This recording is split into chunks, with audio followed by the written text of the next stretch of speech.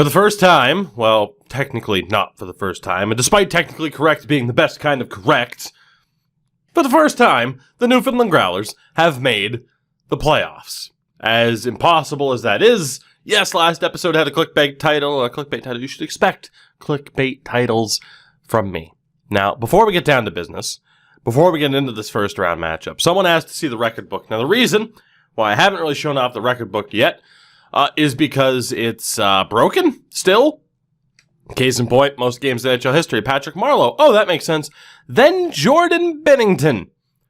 So yeah, unfortunately, that is, it's still broken in some ways. Apparently, Casey DeSmith has also played over 1,000 games. Alex Ovechkin, though, scored over 1,000 goals. Apparently, so did Steven Stamkos. So that's nice. He'll be top 5 now in scoring, 2 points behind Gordie Howe. But yeah, this is obviously slightly broken. Like Malcolm Subban's apparently top 5 in wins. So, I mean, you could tell which ones are real and which aren't. Ovi also hit 10 50-goal seasons, which is friggin' ridiculous. So, yeah, you can tell which are broken and which aren't. Like, apparently Nicky Roux. Actually, that does make sense. Most games played in the season, he played 82 games as a goalie, which is hilarious. That is probably true, that he appeared in every single game. So, he is in the record books all time, which is hilarious. And then obviously, you know, his Gretzky records aren't going to be broken anytime soon. Although Braden Holtby, 48 wins in a season, nearly caught Martin Brodeur. So, got that going for him. And then for the rookies, anybody new up there? Doesn't look like it. Matter of fact, I doubt we'd see a chance. Jesper Wallstedt, 43 wins as a rookie. Tied for second most all time. That's not too bad. So yeah, there you go, at least for the NHL. And then obviously, franchise-wise, if we go all the way down to the Newfie Growlers, hopefully this isn't broken, but there you see Zach LaRue leads the way in terms of most points for the team. Cole Huckins has played the most seasons, as well as the most games, of course, nearly 500 games as a Growler at this point. Cousineau has the most shutouts in franchise history with 2. Russia with 50 wins. LaRue scored the most goals. I mean, obviously, you know, all time, of course, LaRue is going to be up there for basically everything. Although Justin Pogge also had 2 shutouts for us when we threw him to the Wolves. And then in an individual season, I mean, the most goals, Guy Boucher with 30, at least in the current season. And LaRue as well with the 77 points. So a lot of the records were set this season. And then for rookies, I mean, Hutton had 32 assists as a rookie, but obviously he wasn't our player a long time. So, yeah, and then 50 saves in a game for Russia. 2026 was not a good year for us defensively. Also, Guy Boucher apparently scored 5 goals in a game once, so that's hilarious. Considering the Sens have never had a player do that, the Flyers have never had a player do that, the Sharks have never had a player do that. So, yeah, there you go. We have some interesting stories to tell. Now, to get a full look at, again, what this team did this season, LaRue, 77 points, as insane as that is. Jacques Lapierre, 72 points, 29 goals. Boucher with 29 goals as well, 62 points. Huckins, over 50.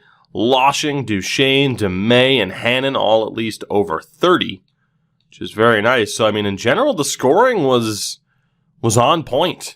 And we're finally finding our offensive touch. It was very nice indeed. And defensively, Hugo was great. From there, I mean, Plandowski outscoring Philip Isove is ridiculous.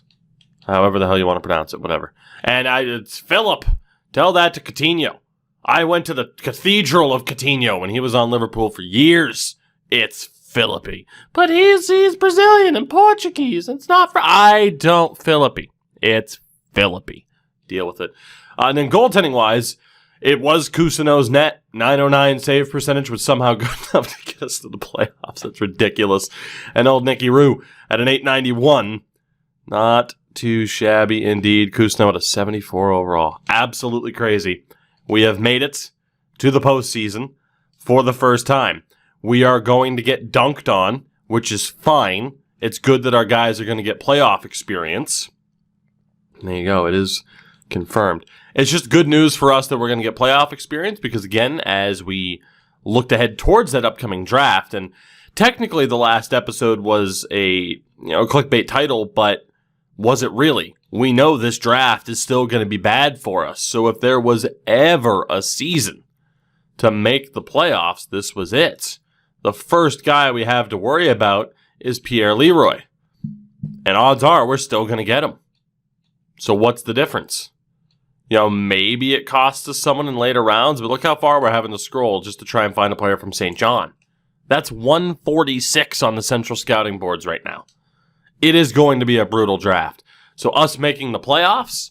Yeah. No, this was the year to do so. I mean, that top line, Boucher, Leroux, and Lapierre getting it done. Hannon, Marquardt, and Huckins, I mean, we know these two aren't exactly ready for prime time here. Loshing, Gill, Vidicek. So, I mean, Hannon, Marquardt. I mean, Hannon was okay. Marquardt was a bit meh. So the question is whether or not I want to mix up the chemistry because, of course, we put these two in the top 6 for the sake of their play style. But there's no boost because there's no playmaker, and Marquardt and Hannon don't fit well. The difference is, of course, I mean, Lapierre fits pretty well on that top line. We could get a +5 with Marquardt. We have to do that. So, I mean, Marquardt will now hopefully be carried by Boucher and Leroux.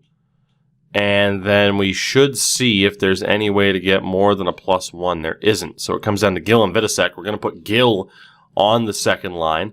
Old Gill didn't really do that bad for us. And we'll move Lapierre over to the wing. And we're good to go on that front. So I'm liking what I'm seeing there from the top 6. And then obviously Vidicek, as mentioned, was one of our worst players this season. Hannon doesn't really deserve to be on the fourth line. Savard, Duchesne. All right, DeMay, though, should probably be on a line up. And that way we don't have any minuses to work with. So I know it's questionable to have made the playoffs and then immediately change the lines. I get that, but I think you can see why we did. And maybe that +5 on the first line results in some positive effects for this team.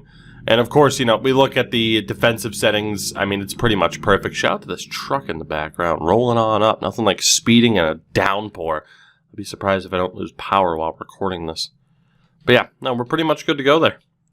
Not a whole hell of a lot to do to result in a higher grade. Yeah, we're good. And of course, Mr. Cousineau will be goaltender. 77 overall right now. That is the team that we're going to run with heading into this first round matchup against the President's Trophy winning, I presume, Florida Panthers with 58 goddamn wins. This is what the Panthers... We're screwed. This is what the Panthers look like. Johan Almqvist, franchise-level player at 21 years old. That's just lovely. Next to Sasha Barkov and Jonathan Huberdeau. So that's a problem. Second line is Nicholas Robertson, Dylan Larkin, and Henrik Borgstrom. A third line of Yaroslav Lakachev, Anton Lundell, and Jesse Puljujärvi. Man, they love their Finns. And Jace Bilesma next to Ryan Nugent-Hopkins and Elliot Lasak. The Lysak. So, yeah, I'm not surprised they won as many games as they did. Their defense isn't as good as I thought it would be, though. I mean, Sanheim next to Ekblad. Ekblad's a beast, of course. Santiago Hendricks, who's a second-round pick of Ottawa, next to Liljegren. And Brady Shea with Sean Walker. Who's the goaltender? Pasi Korpakari.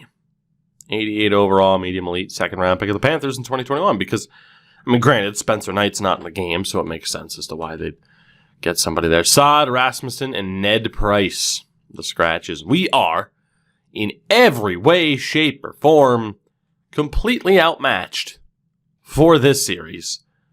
But we're playing with house money. We made it to the playoffs. We have no business being here. 76, 73, and 69 for the ratings against 95, 86, and 88 for the Florida Panthers. Playing with house money. It is the first official playoff game for the Growlers. Let's do this. Let's see what happens. First period of Game 1, and the Panthers have an early lead. Sack with the goal.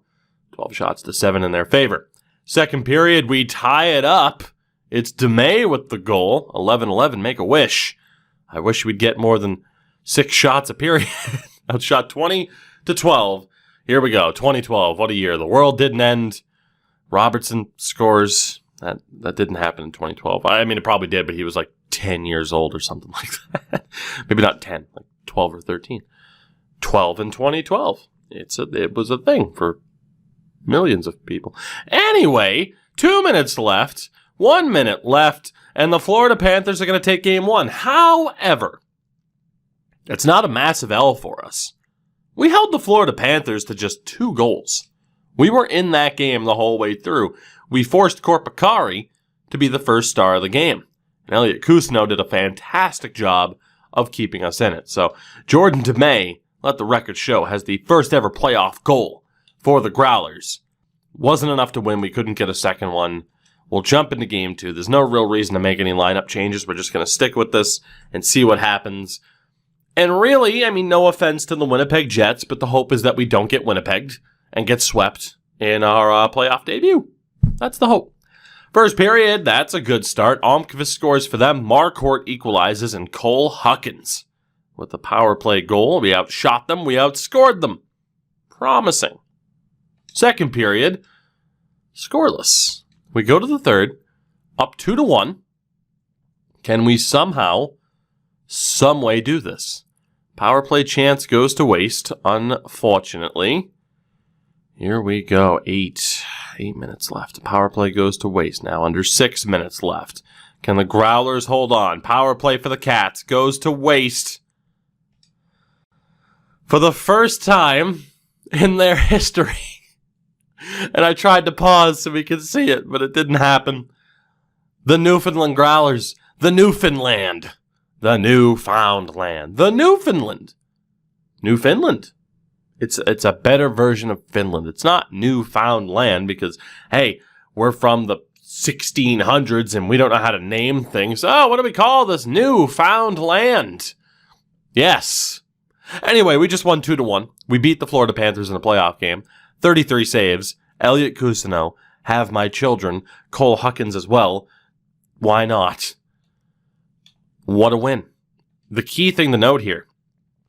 Each team, 3 goals for, 3 goals against in the first 2 games. We are sticking with it, and I wish we could watch the intro video to our first ever home game, but you can't jump into the sim once you're in a game like you can in Madden, like you can, I believe now in FIFA, like you can in NBA. So yeah, NHL's got to get on that shit because it would really help with the presentation of a playoff episode like this. But we go to game 3, first ever home playoff game.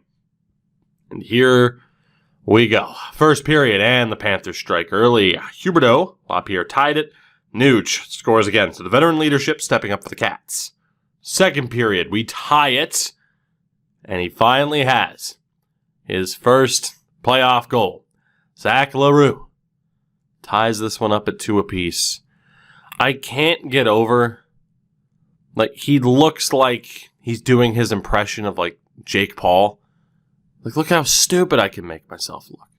No offense, Zach. Great smile, and I'm rooting for you, because you might very well be a channel legend now. But I can't get over it. I just can't. Someone made that comparison, and now I can't help but see it. The good thing is Zach LaRouche isn't a complete douche. We have a power play here. Can we score? Extended power play. Please, for the love of God, Mr. DeMay scores his second of the postseason. Power play again goes to waste. 10 minutes to go here. 3-2. Can the Growlers take a series lead on the number 1 seed in Florida? 35 seconds left. Barkov scores. We're going to OT. And unfortunately, I'm a little bit short on time today, so we can't watch OT unless it's a Game 7. We can't do it. Power play. Florida wins. Shorthanded goal for Henrik Borgstrom. The Panthers... Not so much the Panthers. The Growlers snatch defeat from the jaws of victory and hand the Panthers a 2-1 series lead that they are rather fortunate to have despite winning friggin' 22 more games this past season. We go to Game 4. Playing with house money. We've made the playoffs. We've won a game. First period.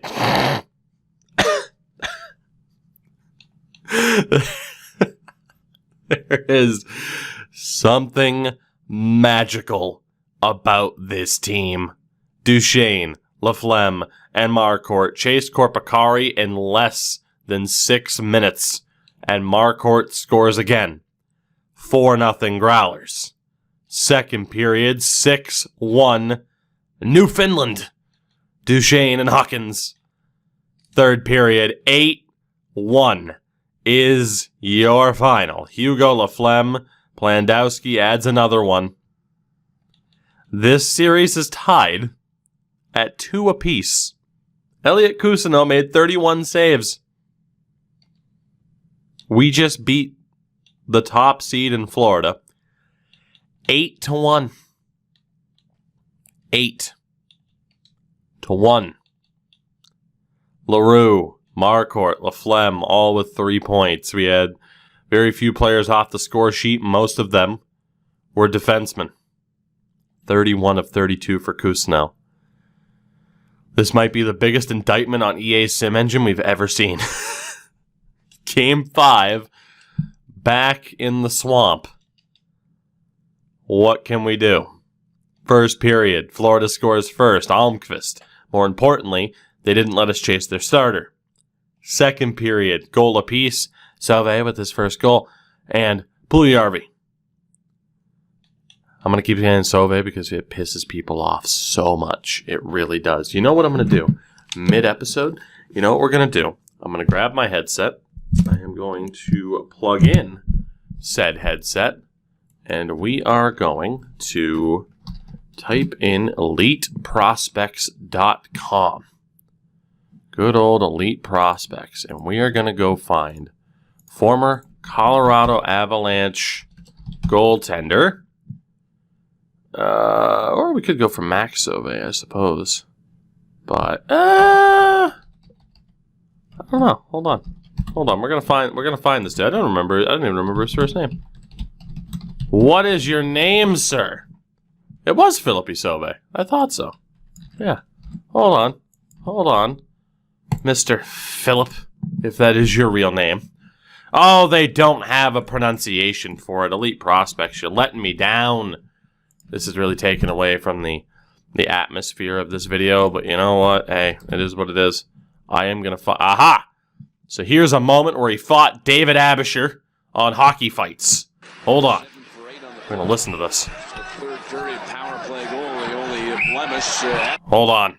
We're going to find this audio.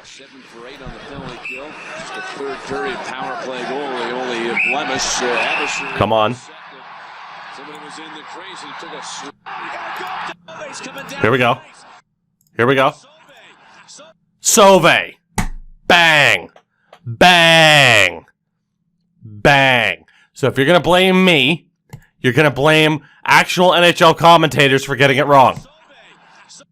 From 2006, January 24th, it's Sauve. Deal with it. We go to the third period. We are down by 2 now as Jonathan Huberdeau makes it 3-1. So that's unfortunate, but it's okay. We're going to be fine. Everything's going to be fine. Okay, Lakachev scores. This one's over. 5-2 is your final score. Cole Hawkins gets a goal late, but too little too late. And the Florida Panthers have pushed us to the brink, but we have embarrassed them twice. And in general, we have embarrassed them because we are going to Game 6. Win, Game 7 back in Florida.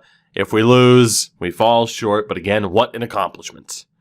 First period, 2-1 Cats. LaPierre scores, but then Barkov on the man advantage and Nuge as well. Second period, 4-2.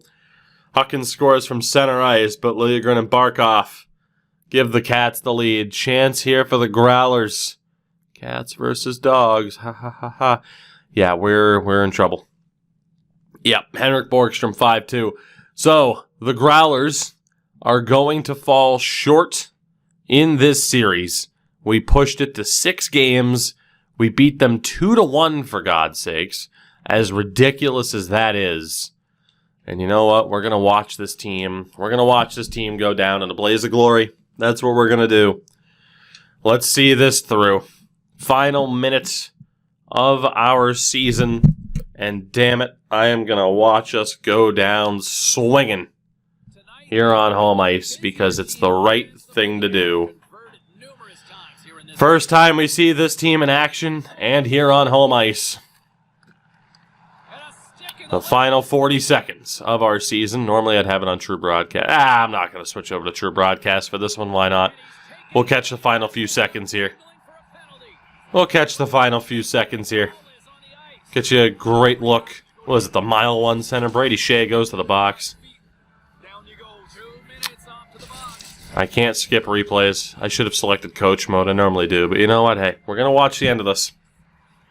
We're going to watch the end of this and show proper respect to the boys that played above their weight for the majority of this season. Huckins can't get the shot through. LaRue trying to chase that one down. Borgstrom can't clear. LaRue looking. DeMay. Huckins can't tuck it home. Good poke check, though. LaRue shot it wide. And Aaron Ekblad's going to take that one and send it all the way down the river with 18 seconds to go. LaPierre loses it to Borgstrom. Tried to go to the point. Good poke check there. The final 9 seconds of this season for the Growlers. A season we'll always remember. Huckins, a bomb of a shot. And that will do it. The Cats move on. Our season comes to an end. But again, a season worth remembering. Will it be a blip on the radar? Or will this be the start of a special and magical run for our team? We will find out over the next few seasons, but for now, LaRue and the boys fall short.